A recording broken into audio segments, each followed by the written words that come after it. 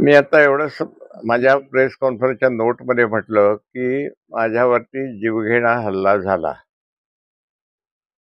आता जीवघेणा हल्ला याचा अर्थ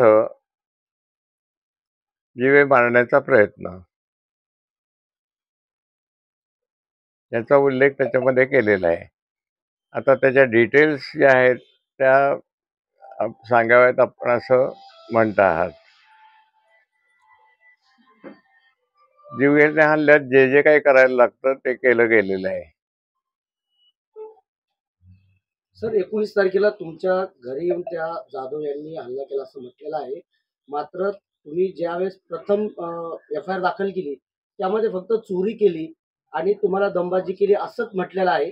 आणि दुसऱ्या दिवशी म्हणजेच 20 तारखेला तुम्ही पुन्हा जबाब बदललाय. त्यामध्ये तुम्ही असं म्हटलंय की माझ्या डोळ्यात म्हणजे त्यांनी मिरचीचा स्प्रे मारला, तोंडावरती उशी ठेवली आणि रिव्हॉल्वर दाखवून 20,000 रुपये लुटून नेले आणि मोबाईल देखील चोरलाय असं म्हटलेलं आहे. म्हणजे पहिल्या दिवशीची घटना तुम्हाला आठवत नाही, आठवली नाही, दुसऱ्या दिवशी आठवली. यामध्ये संशयाचा दबाव येऊन तुम्ही हा जबाब दिला असं म्हटलं जातंय.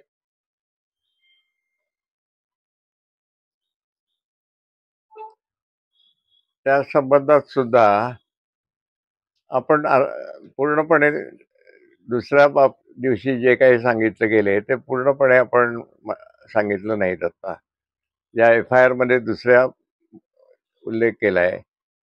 पहिल्या एफ-आय-आरच्या वेळेला ज्या प्रकारची स्थिती, माझी मनस्थिती होती, जी काही माहिती मला होती त्या व्यक्तीच्या संबंधात, कारण त्या व्यक्तीशी माझा 6-7 वर्षात माहिती नाही.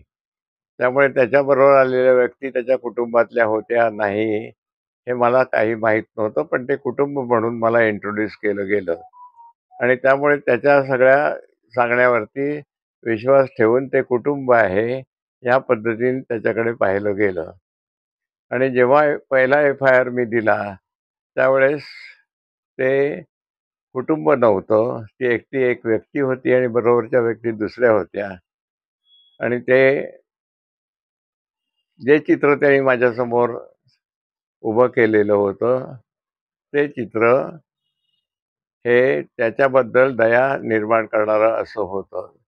त्यामुळे त्यांनी खूप मोठ्या प्रकारचा जीवघेणा हल्ला जरी केला होता तरी तो अंडर डिप्रेशन अशा पद्धतीने केला असं चित्र तिथे माझ्यासमोर उभं राहिलेलं होतं.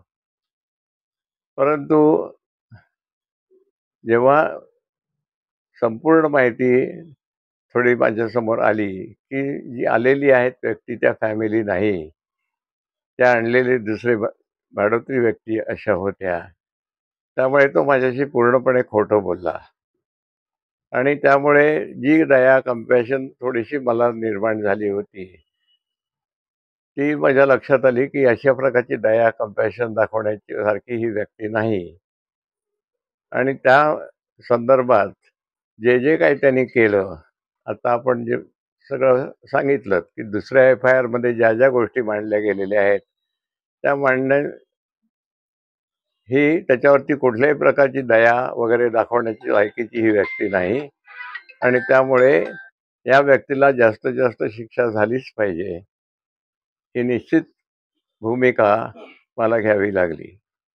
आणि त्या 19 तारखेला तुम्ही असं म्हटलंय, म्हणजे 20 तारखेच्या एफ-आय-आर मध्ये असं म्हटलं की डोळ्यामध्ये स्प्रे मारलाय. होय. आणि मग तुम्ही पहिल्या दिवशी पोलिसांना हे का सांगितलं नाही? नाही, पहिल्या दिवशी सांगितलं. पहिल्या दिवशी एफ-आय-आर मध्ये अशी कुठली नोंद नाही.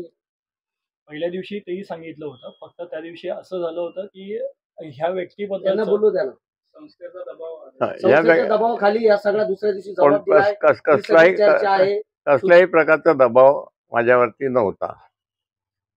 सर सीसीटीव्ही पोलिसांना दिलं गेलंय. हे केवळ कंपॅशन पोटी हे सगळं खरं सांगतोय अशा पद्धतीने संपूर्ण घटना सीसीटीव्ही मध्ये आहे आणि सीसीटीव्ही पोलिसांना दिला गेला अशी काही माहिती आहे.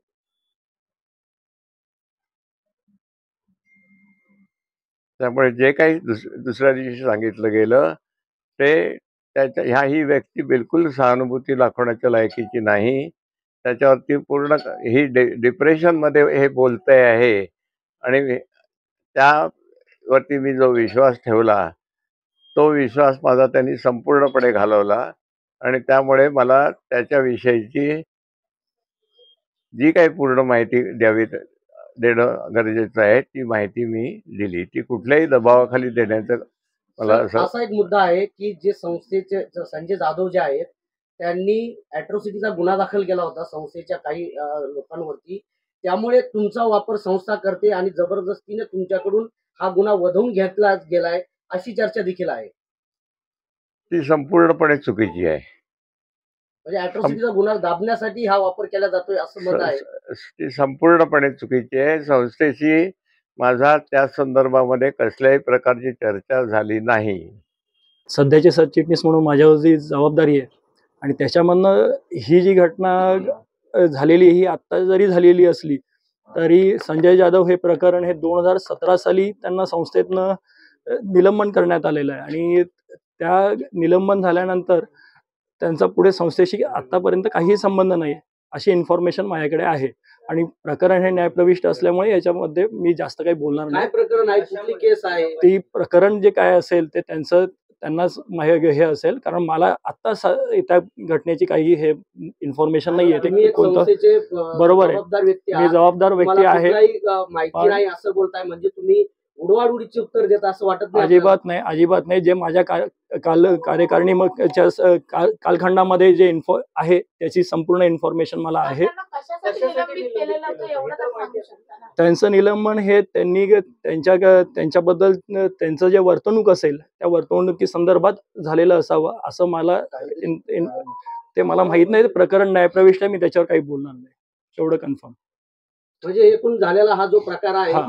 एकंदरीत जी चर्चा आहे पूर्ण शहरामध्ये ही बनाव आहे असं म्हणायला काय हरकत नाही. हे बनाव त्यांनी केलेला असेल हेच मी म्हणतो. संजय जाधवांनीच हा बनाव करून इथे पोहोचलेले आहेत आणि सरांवरती प्रेशर टाकण्याचं त्यांनी त्या माध्यमातून हे केलेलं पण आहे. चर्चा दुसरीकडे अशी सुरू आहे की संस्था ही चर्चा अशी पण आहे. दबाव टाकून हा दुसऱ्या दिवशीचा जबाब जो आहे तो सरांनी दिलेला आहे अशी देखील चर्चा हे सुरू बघा, आहे. पहिला जो जबाब दिला होता तर सरांनी सांगितलं की सत्सदवियोग त्यांचं जी मनस्थिती आहे ती बघून सरांनी दिला होता. ज्यावेळेस पोलिसांच्या तपासामध्ये सुरुवात झाली की समजायला की हे सगळं सांगतोय ते खोटं आहे असं जेव्हा समजायला सुरुवात झाली तेव्हा सरांनी सांगितलं की आता त्याला माफ करू नये आणि सरांनी जे खरा इन्सिडेंट झालेला आहे स्प्रे टाकल्याच्या नंतर पुन्हा माणसाच्या ज्यांच्यावरती जो हल्ला झाला तिथे गोष्टी ते सांगू शकतात, मात्र त्या दिवशी त्यांनी ती सांगितलीच नाहीये. पण त्या दिवशी असं झालेलं की सरांना असं वाटलं की तो त्या मनस्थितीमध्ये नाहीये म्हणून सरांनी तसा हे दिला होता.